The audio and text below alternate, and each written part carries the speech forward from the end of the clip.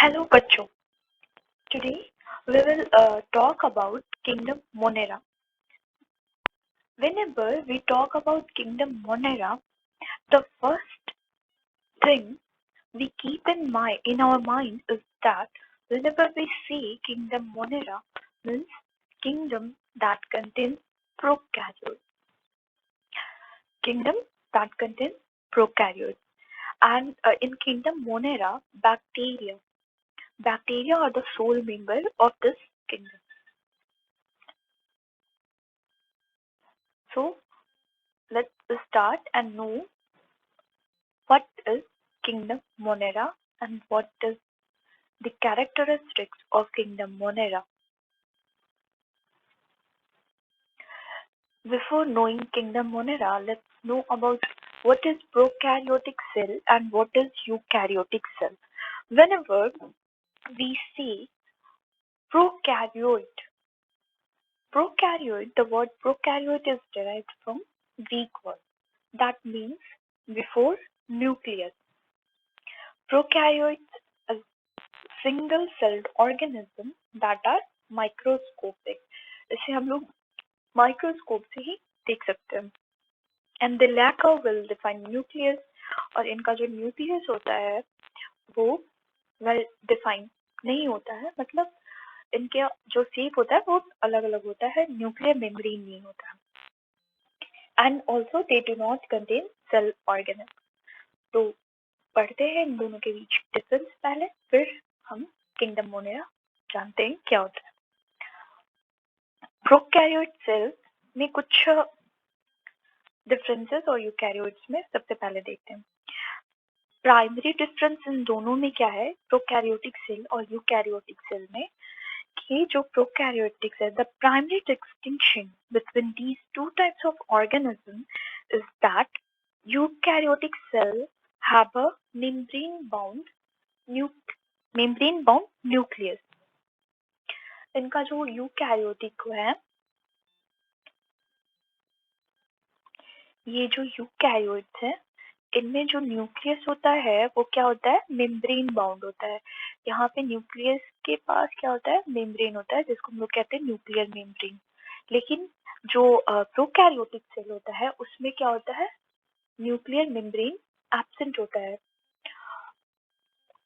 अगर eukaryotic cell की बात करें तो इसमें क्या होता है, सेल ऑर्गेनल्स होते हैं. Cell organelles endoplasmic reticulum, mitochondria, Golgi body, lysosome. लेकिन इसमें क्या होता है, प्रोकैरियोटिक सेल्स में जो ये सेल ऑर्गेनल है, एंडोप्लाज्मिक रेटिकुलम, माइटोकॉन्ड्रिया, लाइसोसोम और गोल्गी बॉडी, वो क्या होते हैं, एब्सेंट होते हैं. और यूकैरियोटिक डीएनए जो होता है वो consist of multiple molecules of double stranded linear DNA. इनका जो डीएनए होता है वो क्या होता है, लीनियर डीएनए होता है. और जो प्रोकैरियोटिक होता है उसमें क्या होता है, कैसा डीएनए होता है, सर्कुलर. आप यहाँ देख सकते हैं ये सर्कुलर में है. इनका जो डीएनए होता है वो डबल स्टैंडर्ड एंड सर्कुलर होता है. अगर प्रोकैरियोट्स में हम लोग एग्जांपल दें, किसका हो सकता है प्रोकैरियोटिक सेल में, अभी हमने स्टार्टिंग में बताया कि प्रोकैरियोट्स में क्या होते हैं, bacteria are the sole member of the kingdom Monera. और किंगडम मोनेरा जो है वो मेनली किससे कंटेन करता है, प्रोकैरियोटिक ऑर्गेनिजम्स को, यूनिसेलुलर ऑर्गेनिजम्स को. और यूकैरियोटिक सेल्स जो होते हैं वो मल्टीसेलुलर होते हैं. हिस्ट्री, जो किंगडम मोनेरा की हिस्ट्री है उसको देखते हैं. They were first observed in rainy water and later in thick scum by Leeuwenhoek and called them animalculae. ये सबसे पहले जो किंगडम मोनेरा की बैक्टीरियाज हैं उन्हें सबसे पहले देखा गया था बारिश की पानी में. फिर उसको देखा गया थिक स्कम में. किसके द्वारा देखा गया था, लेवेनहुक. और लेवेनहुक ने उसे क्या कहा था, एनिमलकुले. This discovery was published in his book. और ये डिस्कवरी जो थी वो पब्लिश हुई थी उनके बुक में, उनके बुक का नाम क्या था? The secrets of nature discovered by Leeuwenhoek. नाम क्या था? The secrets of nature discovered by Leeuwenhoek. और जो नाम था बैक्टीरिया, वो किसने दिया था? The name bacteria is coined by F.J. Cohn and Ehrenberg. Name bacteria जो नेम वो दिया गया था किसके द्वारा? F.J. Cohn and Ehrenberg. Robert Koch ये इनके बारे में जानते हैं। He is sometimes known as father of bacteriology. इनको क्या कहा जाता है? Father of bacteriology, a title shared with Louis Pasteur. और ये टाइटल किसके साथ शेयर किया गया है? Louis Pasteur. And Louis Pasteur is famous for his renewed discoveries of the principle of vaccination, microbial fermentation, and pasteurization. Robert Koch first important discovery कौन सी थी? Anthrax थी। Anthrax. He gave some rules to prove that bacteria are the cause of disease. Robert Koch ने कुछ rules दिए थे जो कि prove करता था कि जो बैक्टीरिया है वो है डिजीज। बैक्टीरिया जो है वो कॉज करता है क्या? Disease. And these rules are known as Koch postulates. और उन्हीं रूल्स को क्या कहा गया? Koch postulates. He awarded Nobel prize for his work. और इस वर्क के लिए उन्हें क्या मिला था? नोबेल प्राइज मिला था। रॉबर्ट कोच को हम लोग क्या कहते हैं? Father of bacteriology. एंड ये टाइटल शेयर किया गया था लुइस पाश्चर के साथ। Characteristics of Kingdom Monera. Now we will discuss about the characteristics of Kingdom Monera. So, first of all, we will start with cell wall. Cell wall of Kingdom Monera is made up of peptidoglycan. Cell wall. Cell wall is made up of peptidoglycan or murin. इसे murin भी बोलते हैं, which is a type of mucopeptide. Cell membrane. Cell membrane की बात करें तो ये क्या से बना होता है? Made up of lipoprotein. Lipoprotein मतलब लिपिड और प्रोटीन से मिलके बना होता है क्या? Cell membrane. किंगडम मोनेरा का ये तीसरा कैरेक्टरिस्टिक्स है, वो क्या है? Lacks membrane bound cell organelles. इसकी बात हमने पहले ही कर चुकी है कि ये इनके पास मेम्ब्रेन बाउंड सेल ऑर्गेनेल्स नहीं होते हैं, एब्सेंट होते हैं। And the nucleus is indistinct. और न्यूक्लियस जो होता है वो सीट में नहीं होता, सर्कुलर में होता है। और इनके पास न्यूक्लियर मेम्ब्रेन भी क्या होता है? एब्सेंट होता है। Nuclear membrane is absent around nucleus and it also lacks nucleolus. Nucleolus भी इनमें एब्सेंट होता है। Prokaryotes also lack the true chromosome. और प्रोकैरियोट्स में जो ट्रू क्रोमोसोम होते हैं वो एब्सेंट होते हैं। A false chromosome is present। और false chromosome present होता है जो कि बना होता है किससे? Double standard circular naked DNA. Double standard circular naked DNA plus non histone protein like polyamides. हम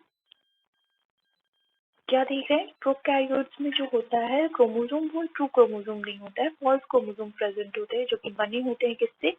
double standard circular naked DNA plus non histone protein.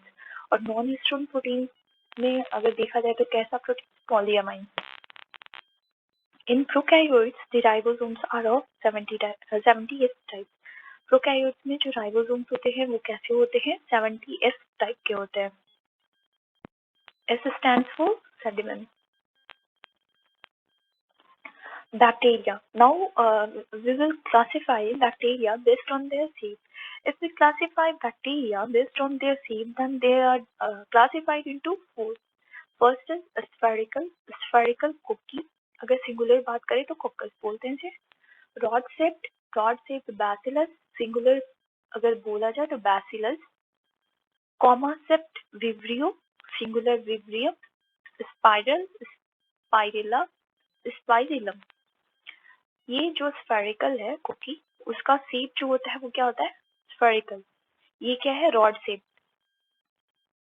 Comma सेप्ट ऐसे कॉमा के फॉर्म में है, इसलिए इसका नाम, इसका शेप के बेसिस पे हम क्लासिफाई कर रहे हैं। जैसे कॉमा सेप्ट जो है उसका नाम है विब्रियो। स्पाइरल, इसका शेप ऐसे होगा।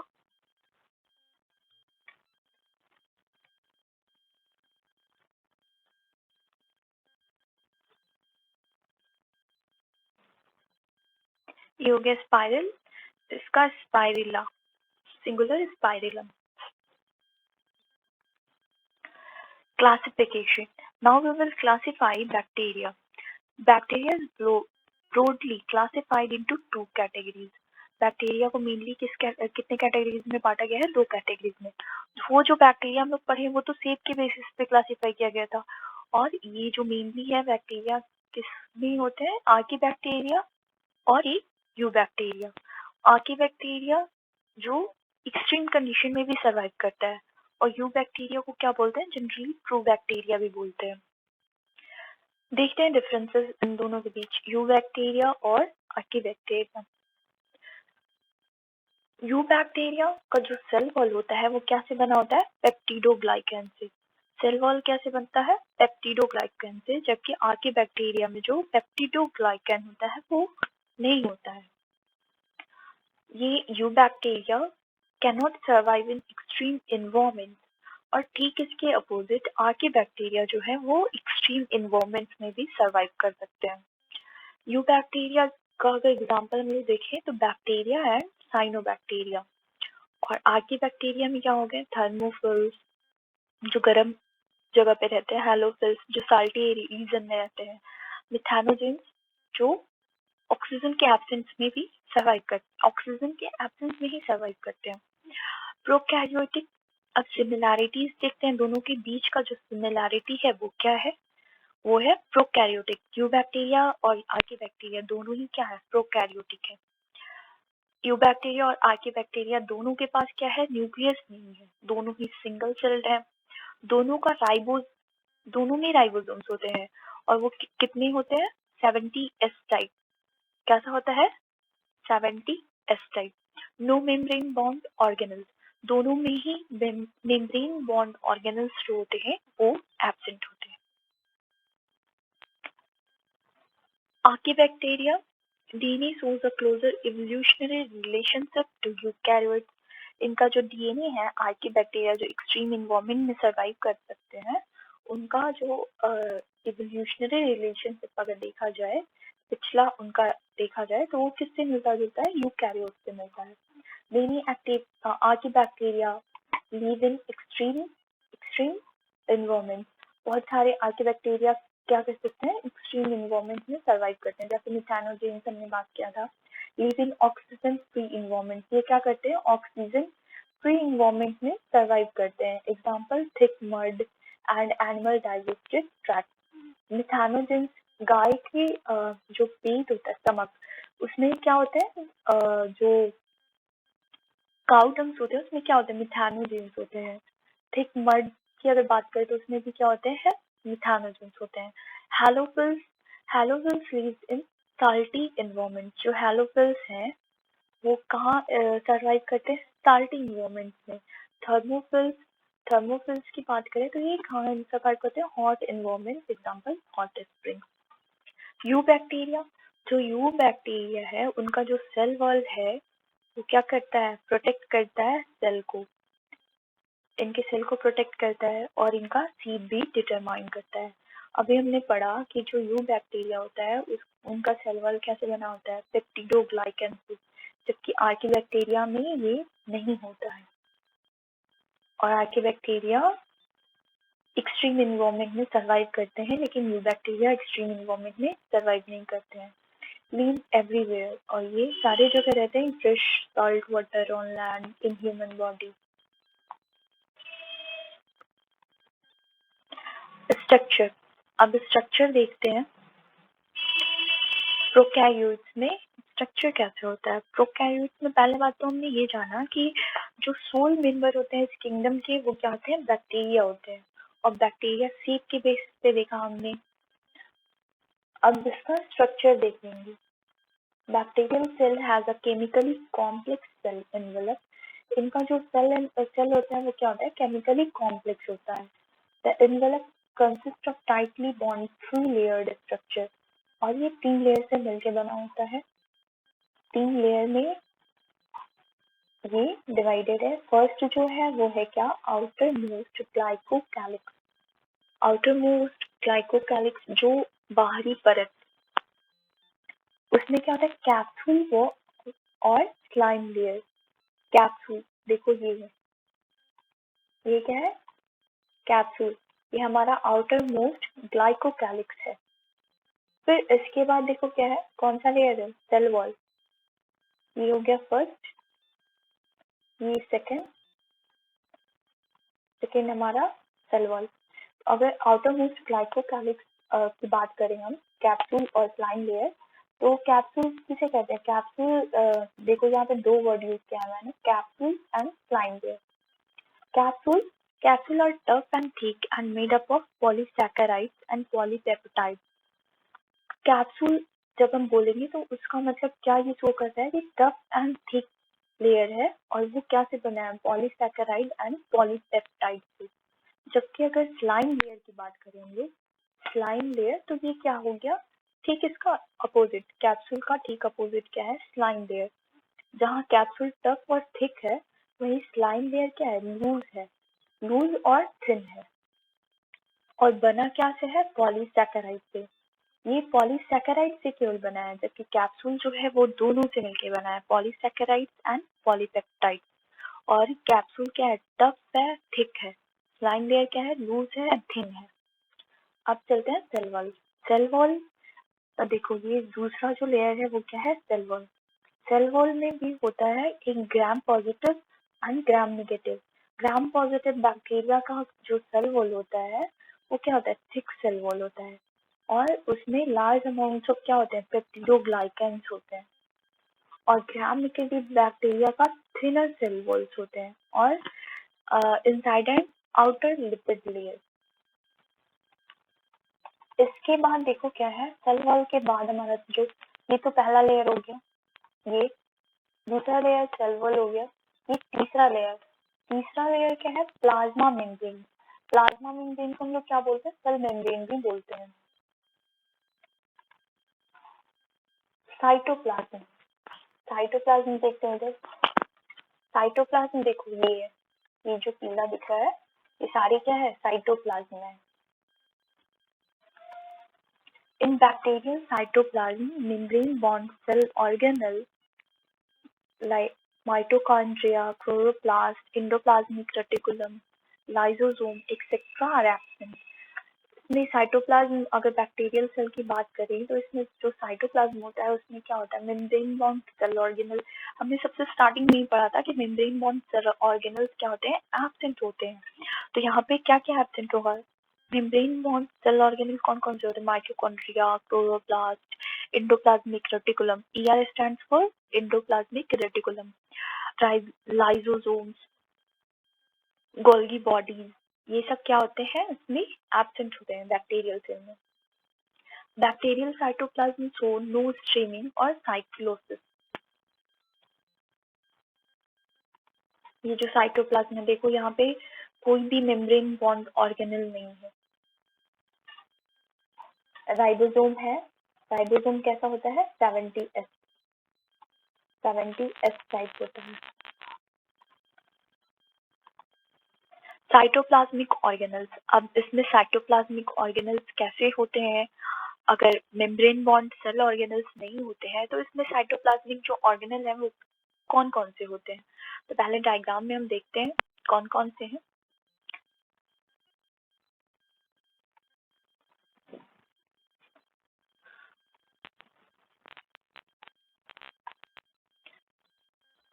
यहाँ पे देखो प्लाज्मिड है, न्यूक्लियोइड, इंक्लूजन।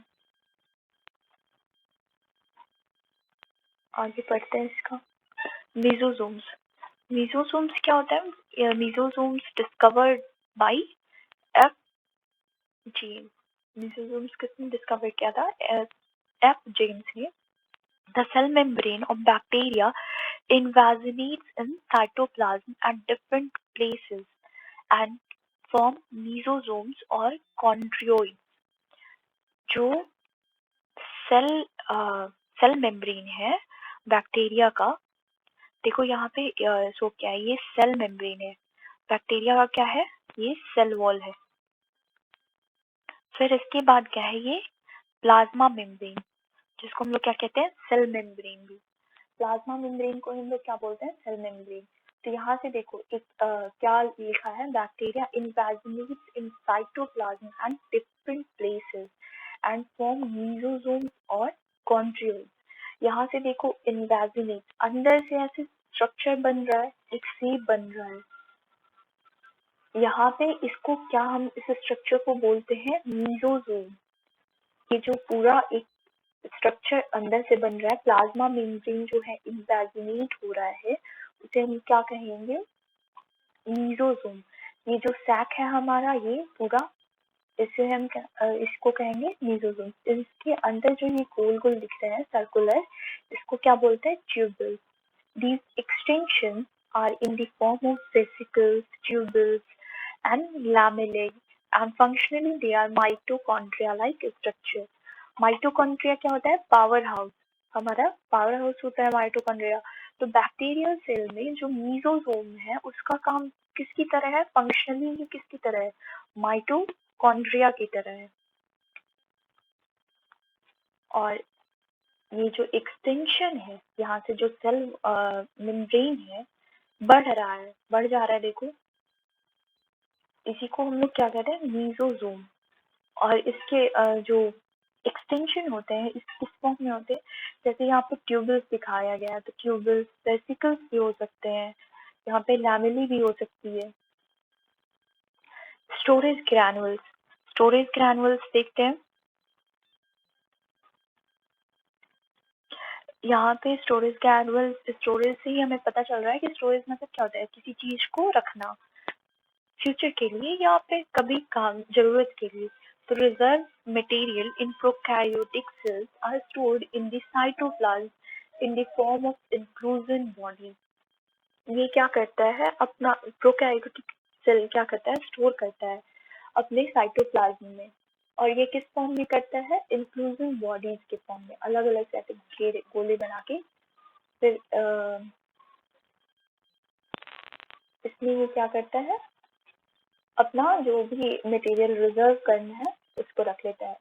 देखो यहाँ पे क्या क्या है? साइटोप्लाज्म है, स्टोरेज ग्रैन्युल्स है, ये जो इम्पोर्टेंट हुआ इसके लिए, ये सेल वॉल है, ये साइटोप्लाज्मिक मेम्ब्रेन है, और ये है क्रोमोसोम इसका, बेसल बॉडी, ये हुक है, हुक। और इन दोनों को हम लोग क्या बोलते हैं? फ्लैगेलम बोलते हैं, flagellum. These are not bounded by any membrane system and lie free in the cytoplasm। और ये किसी भी मेम्ब्रेन सिस्टम से बाउंडेड नहीं है, और ये क्या होता है? फ्री रहता है साइटोप्लाज्म में। जैसे ये बैक्टीरियल साइटोप्लाज्म हो गया, तो ये कहीं भी रहता है, यहाँ भी रह सकते हैं, यहाँ भी, यहाँ भी, यहाँ भी, कहीं भी। Chromatin material. क्रोमेटिन मटेरियल क्या होता है? न्यूक्लियोइड को बोलते हैं। Nucleus of bacterial cell is called nucleoid और xenophore incipient न्यूक्लियस। ये है हमारा क्या? Nucleoid region. देखो ये है इनका जो न्यूक्लियोइड रीजन है वो कैसा? सर्कुलर डीएनए है। देखो यहाँ कैप्सूल, कैप्सूल और स्लाइम लेयर लिखा है ना। कैप्सूल और स्लाइम लेयर। कैप्सूल कैसा होता है? थिक होता है, और स्लाइम लेयर कैसा होता है? थिन होता है। फिर उसके बाद है सेल वॉल। फिर उसके बाद है प्लाज्मा मेम्ब्रेन। प्लाज्मा मेम्ब्रेन को हम लोग क्या बोलते हैं? Cell wall, sorry, plasma membrane को क्या बोलते हैं? सेल मेम्ब्रेन भी बोलते हैं। फिर उसके बाद है साइटोप्लाज्म। ये हमारा साइटोप्लाज्म है। साइटोप्लाज्म क्या हुआ? एक तरह से ये क्या है? सेल का लिक्विड, प्लाज्मिड, प्लाज्मिड क्या है? प्लाज्मिड यहाँ डीएनए। प्लाज्मिड क्या होता है? एक्स्ट्रा क्रोमोसोमल डीएनए होता है। ये है राइबोसोम, फूड ग्रैन्युल एंड ये प्रोकैरियोटिक फ्लैजेलम। इसको क्या कहते हैं? अभी हमने यहाँ पे पढ़ा, यहाँ पे देखो, ये क्या है? Basal body. तो ये क्या हुआ? बेसल बॉडी हुआ और ये हमारा हुआ हुक। ट्रू क्रोमोसोम एब्सेंट, हमने पढ़ा था ट्रू क्रोमोसोम एब्सेंट होते हैं, इसमें फॉल्स क्रोमोसोम होते हैं। Circular double standard naked DNA, इनका जो डीएनए होता है कैसा होता है? Circular double standard naked DNA with किसके साथ? Non histone protein. इनसे मिलके इनका क्या बनता है? न्यूक्लियोइड बनता है, genetic material. Another double standard circular DNA is also present. देखो यहाँ पे मैंने बात किया था ना, प्लाज्मिड, एक्स्ट्रा क्रोमोसोमल डीएनए, हम लोग सिंपलर फॉर्म में क्या बोलते हैं? Extra chromosomal DNA. यहाँ पे क्या होता है? जब another double stranded circular DNA is also present, which is called plasmid, जिसको हम लोग क्या कहते हैं? प्लाज्मिड कहते हैं, also known as extra chromosomal or extra nuclear genetic material. Nutrition. Now we will talk about nutrition of bacteria. जो bacteria हैं उनके न्यूट्रिशन कैसे होते हैं? When we talk nutrition of bacteria, there are mainly two types of nutrition in bacteria. The first one is autotrophs and the second one is heterotrophs. In autotrophs, we divide nutrition into photosynthetic autotrophs and chemosynthetic autotrophs. The first one is photosynthetic autotrophs that use light energy. Photosynthetic autotrophs क्या करते हैं? Light energy को use करते हैं, तो उससे वो क्या बनाते हैं? फूड सिंथेसिस करते हैं। फिर फोटोसिंथेटिक पिगमेंट जो होते हैं वो प्रेजेंट होते हैं, उसको वो क्या करते हैं? फूड सिंथेसिस में यूज करते हैं। और जो नॉन ऑक्सीजेनिक है वो क्या करते हैं? Need hydrogen ion for photosynthesis. जिनके पास फोटोसिंथेटिक पिगमेंट है वो क्या करते हैं? लाइट एनर्जी को यूज कर लेते हैं। लेकिन जिनके पास जो नॉन ऑक्सीजेनिक है वो क्या करते हैं? वो हाइड्रोजन आयन बस उनको चाहिए होते हैं और वो फोटोसिंथेसिस से करते हैं। कीमोसिंथेटिक ऑटोट्रॉप, ऑटोट्रॉप्स में दो हैं, एक है फोटोसिंथेटिक ऑटोट्रॉप जो कि लाइट एनर्जी को यूज करके अपने फूड को बनाते हैं, और जो नॉन ऑक्सीजेनिक है वो क्या करते हैं? हाइड्रोजन आयन को यूज करके फोटोसिंथेसिस करते हैं। सेकंड में क्या है? Chemosynthetic autotroph. ये क्या करते हैं? नॉन फोटोसिंथेटिक ऑटोट्रॉप्स हैं ये क्या करते हैं? फोटो सिंथेटिक पिगमेंट इनमें एब्सेंट होता है। ये chemical energy is obtained from oxidation of chemical compound, oxidize chemical compounds and release energy which is used for photosynthesis, sorry food synthesis.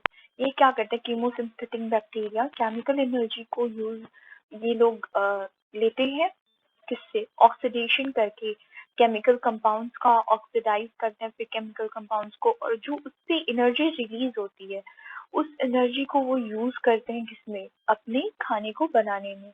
जो केमिकल एनर्जी रिलीज होती है ये ऑक्सीडेशन और oxidation जब होता है केमिकल कंपाउंड्स का, तो जो एनर्जी रिलीज होती है उसको वो डालने यूज करते हैं, अपने फूड को सिंथेसाइज करने में यूज करते हैं। Now we will talk about heterotrophs. Heterotrophs क्या करते हैं? They can not manufacture their own food. ये अपना खाना खुद से नहीं बना सकते हैं। Receive their own food from dead organic matter और लिविंग ऑर्गेनिज्म। और ये अपने खाने को कहाँ से लेते हैं? डेड ऑर्गेनिक मैटर से या तो लिविंग ऑर्गेनिज्म से। इन दोनों में से ही कहीं से ये हेटेरोट्रॉप अपने खाने को लेते हैं। तो हेटेरोट्रॉप्स में भी दो पार्ट डिवाइडेड है। पहला है सेप्रोट्रॉपिक बैक्टीरिया और दूसरा है पैरासाइटिक बैक्टीरिया। सेप्रोट्रॉपिक बैक्टीरिया में भी दो पार्ट हैं। पहला है ऑब्लिगेट सेप्रोट्रॉपिक एंड दूसरा है फैकल्टेटिव पैरासाइट। सेप्रोट्रॉपिक बैक्टीरिया सबसे पहले हम समझते हैं कि होता क्या है। Bacteria obtain food from dead and decaying organic matter. Saprotropic bacteria किसे कहते हैं? ऐसा बैक्टीरिया जो अपना फूड कहाँ से लेता है? डेड और डिकेइंग ऑर्गेनिक मैटर से। इसमें दो टाइप के हैं, ऑब्लिगेट सैप्रोट्रॉपिक और फैकल्टेटिव पैरासाइट। तो थोड़ा थोड़ा इसके बारे में भी हम समझेंगे। ऑब्लिगेट सैप्रोट्रॉपिक जो होता है वो क्या करता है कि इन ये these bacteria obtain food only from dead organic matter। ये जो ऑब्लिगेट सैप्रोट्रॉपिक की हम बात कर रहे हैं, ये क्या करते हैं कि ये ऐसे बैक्टीरिया हैं जो अपना खाना डेड ऑर्गेनिक मैटर से ही लेते हैं। केवल केवल और केवल किससे लेते हैं? डेड ऑर्गेनिक मैटर से। इनका अगर हम लोग एग्जाम्पल दें तो एक हो गया क्लोस्ट्रीडियम बोtulinum। ऑब्लिगेट मतलब ये केवल और केवल कैसे टाइप के बैक्टीरिया हैं? सैप्रोट्रॉप, केवल सैप्रोट्रॉप्स है। ये खाना अपना जब भी लेंगे तो dead and decaying organic matter से ही लेगी, इसके अलावा ये कुछ और नहीं चाहिए। लेकिन अगर फैकल्टेटिव पैरासाइट की बात करें तो ये क्या करते हैं? ये थोड़ा चेंज करते हैं अपनी चीज को। ये अगर इन्हें नेचर में डेड और ऑर्गेनिक मैटर मिला तो ठीक है, नहीं तो ये जीने के लिए क्या करते हैं? दूसरे चीजों पे क्या करते हैं? पैरासाइट हो जाते हैं। ये अपना खाना कहीं से भी ले लेते हैं, पैरासाइट भी बन जाते हैं और dead and decaying organic matter से भी अपने खाने को लेते हैं। लेकिन अगर इन्वायरमेंट में dead and decaying organic matter नहीं है तो ये क्या करते हैं?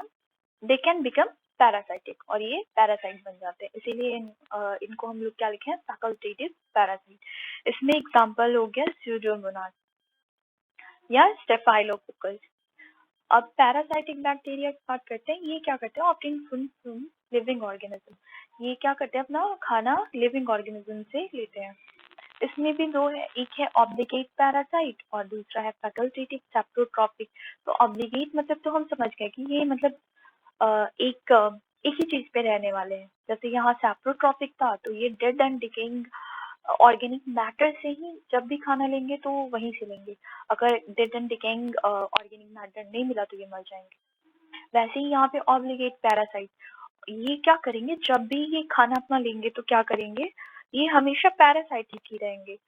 हमेशा अपना खाना लिविंग ऑर्गेनिज्म पे ही डिपेंड रहेंगे, लिविंग ऑर्गेनिज्म से ही लेंगे। लेकिन यहाँ पे जो फैकल्टेटिव सैप्रोट्रॉपिक है, ये समय आने पे चेंज हो जाता है। क्या करता है? अगर पैरासाइटिक फॉर्म में इसको खाना नहीं मिला तो अपना क्या करता है? जीने के लिए चेंज कर लेता है। अपना डिकेइंग और ऑर्गेनिक मैटर जो होते हैं उन पे खाना खा के ये जी लेता है। Now we will talk about respiration. Respiration in bacteria or kingdom Monera. On the basis of respiration, bacteria are of two types. Respiration के बेसिस पे जो बैक्टीरिया है उनको डिवाइड किया गया है दो कैटेगरीज में। पहला जो कैटेगरी है उसको कहते हैं एरोबिक बैक्टीरिया और दूसरा जो कैटेगरी है उसे कहते हैं एनारोबिक बैक्टीरिया। एरोबिक बैक्टीरिया उसे कहते हैं जो अपना रिस्पिरेशन ऑक्सीजन के प्रेजेंस में करता हो और एनारोबिक जो एब्सेंस में करता हो। तो एरोबिक में भी क्या है? दो कैटेगरीज हैं, एक है ऑब्लिगेट एरोबिक और दूसरा क्या है? Facultative anaerobic. एनारोबिक में क्या है कि एक है ऑब्लिगेट एनारोबिक और दूसरा है फैकल्टेटिव एरोबिक। तो यहाँ पे भी ऑब्लिगेट उसी सेंस में यूज हुआ है। ऑब्लिगेट एरोबिक जब भी हम बात करेंगे तो ये क्या हो गया कि मतलब ये हमेशा एरोबिक ही रहेगा, completely aerobic and die in the absence of oxygen. Obligate aerobic bacteria जो होते हैं कैसे होते हैं कि कंप्लीटली ये एरोबिक होते हैं। इन्हें केवल ऑक्सीजन पे ही ये रिस्पिरेशन करेंगे, नहीं तो ये बिना ऑक्सीजन के मर जाएंगे। और जो फैकल्टेटिव एनारोबिक है वो क्या करते हैं? नॉर्मली तो एरोबिक होते हैं लेकिन अगर ऑक्सीजन नहीं है तो ये सरवाइव कर जाते हैं ऑक्सीजन के एब्सेंस में भी। अगर एनारोबिक बैक्टीरिया की बात करें एनारोबिक, तो एनारोबिक क्या होता है कि एब्सेंस ऑफ ऑक्सीजन में भी सरवाइव करे। तो ऑब्लिगेट एनारोबिक, इसमें भी दो कैटेगरीज हैं, obligate anaerobic and facultative aerobic. तो ऑब्लिगेट एनारोबिक की बात करें तो यहाँ पे क्या है कि ये कंप्लीटली एनारोबिक होते हैं, मतलब इन्हें जो ऑक्सीजन है वो नहीं चाहिए होता है, इन्हें बिल्कुल भी ऑक्सीजन नहीं चाहिए होता है, do not have capacity of aerobic respiration. इन्हें ऑक्सीजन चाहिए भी नहीं होता है और इनके पास जो कैपेसिटी है और अधिक रेस्पिरेशन के लिए वो भी नहीं होता है। और फैकल्टेटिव एरोबिक की बात करें तो ये क्या होते हैं, नॉर्मली जो होते हैं ये भी चेंज करने वाले होते हैं। नॉर्मली जो होते हैं एनारोबिक होते हैं, मीन्स एब्सेंस ऑफ ऑक्सीजन में सर्वाइव करते हैं, लेकिन अगर ऑक्सीजन जैसे इनके पास कैपेसिटी भी होता है कि अगर ऑक्सीजन है तो वो ऑक्सीजन में भी सर्वाइव कर सकते हैं, लेकिन जो ऑब्लिगेट एनारोबिक है उनके पास क्या होता है, कैपेसिटी ही नहीं होता है एरोबिक रेस्पिरेशन के लिए। Reproduction. Now we will talk reproduction in bacteria और kingdom Monera. बैक्टीरिया जो होते हैं वो क्या करते हैं, रिप्रोड्यूस करते हैं दो मेथड से। एक तो हो गया sexual reproduction and the second one is genetic recombination. First of all, we will discuss about asexual reproduction, then we will touch the point genetic recombination. So let's start sexual reproduction. First is binary fission. ये सारी क्या है, sexual reproduction, asexual reproduction की ही categories है। एक हो गया binary fission और एक हो गया एंडोस्पोर। मेनली बैक्टीरिया इन दो एसेक्सुअल रिप्रोडक्शन से क्या करते हैं, रिप्रोड्यूस करते हैं। तो first of all we will understand binary fission. यहाँ आपका डायग्राम है, ये क्या होता है, binary fission takes place under favourable condition. First of all, DNA replication takes place in bacterial cells, then divide into two daughter cells, and each bacterium grow into a new bacterium. यहाँ पे ये जो binary fission होता है वो क्या होता है, फेवरेबल कंडीशन में होता है। और सबसे पहले क्या होता है कि जो डीएनए जो होता है वो रेप्लिकेट करता है बैक्टीरियल सेल में। फिर क्या होता है कि जो दो डॉटर सेल है वो ये पहले तो डीएनए डिवाइड होता है, यहाँ पे डायग्राम में देखते हैं। यहाँ पे जो है हमारा ये डीएनए हो गया इलोंगेटेड न्यूक्लियोइड, ये सबसे पहले डिवाइड होता है। फिर उसके बाद क्या होता है, जो सेल वॉल है और साइटोप्लाज्म है वो डिवाइड हो जाता है। Nucleoid divide cell walls and membrane begin to form transverse septum and transverse septum become complete. तो ये टोटली कंप्लीट हो जाता है और फिर दो नए डॉटर सेल का क्या होता है, फॉर्मेशन होता है। तो बाइनरी फिजन यही हो गया। सबसे पहले क्या होता है, न्यूक्लियस डिवाइड करता है डीएनए, फिर उसके बाद साइटोप्लाज्म डिवाइड करता है और फिर हमें क्या होता है, दो डॉटर सेल मिल जाते हैं। Endospore, endospore is also asexual reproduction। ये कैसे होता है, occurs in unfavorable condition। asexual reproduction और asexual reproduction में दो टाइप के रिप्रोडक्शन हमने देखे। पहला था बाइनरी फिजन और दूसरा ये एंडोस्पोर। तो यहाँ पे हमने देखा बाइनरी जो बाइनरी फिजन वो क्या हो रहा है, अंडर फेवरेबल कंडीशन में हो रहा है, लेकिन जो ये एंडोस्पोर है वो क्या करता है, अकर्स इन अनफेवरेबल कंडीशन। ये क्या होता है, अनफेवरेबल कंडीशन में अकर करता है और ये हाईली रेजिस्टेंट स्ट्रक्चर होता है। Endospore is highly resistant due to the presence of calcium dipicolinate in cortex. इसके कॉर्टेक्स में क्या होता है, कैल्शियम डाइपाइकोलिनेट इन कॉर्टेक्स, इसके कॉर्टेक्स में होता है। यहाँ पे जो है ये हो गया, ये अनफेवरेबल कंडीशन। मेन जो डिफरेंस है वो क्या है, अनफेवरेबल कंडीशन में है ये इंडोस्पोर होता है। Endospore formation is seen mostly bacillus type bacteria, और मोस्टली ये कैसे बैक्टीरिया में होता है, बैसिलस टाइप बैक्टीरिया में होता है। और बैसिलस कैसे होते हैं, rod shaped bacillus. Cell wall ये हो गया, ये न्यूक्लियोइड हो गया। सबसे पहले न्यूक्लियस ही डिवाइड, सारे जो प्रोसेस है सेम वही है, बस यहाँ पे जो कंडीशन है वो डिफरेंट है। यहाँ पे अनफेवरेबल कंडीशन में ये क्या करता है, अकर करता है, अनफेवरेबल कंडीशन। और बाइनरी फिजन क्या होता है, फेवरेबल कंडीशन में होता है। Now the second type of reproduction, that is genetic recombination. Genetic recombination includes three methods. इसमें तीन मेथड्स होते हैं. पहला होता है ट्रांसफॉर्मेशन, दूसरा होता है ट्रांसडक्शन और तीसरा होता है कंजुगेशन. Bacterial transformation. अब देखिए बैक्टीरियल जो जेनेटिक रिकॉम्बिनेशन में क्या होता है, तीन मेथड्स होते हैं. पहला है ट्रांसफॉर्मेशन, ट्रांसडक्शन एंड कंजुगेशन. तो बैक्टीरियल ट्रांसफॉर्मेशन क्या होता है, सबसे पहले हम ये देखेंगे. तो ये क्या है ट्रांसफॉर्मेशन, बैक्टीरियल ट्रांसफॉर्मेशन क्या है, ये प्रोसेस है.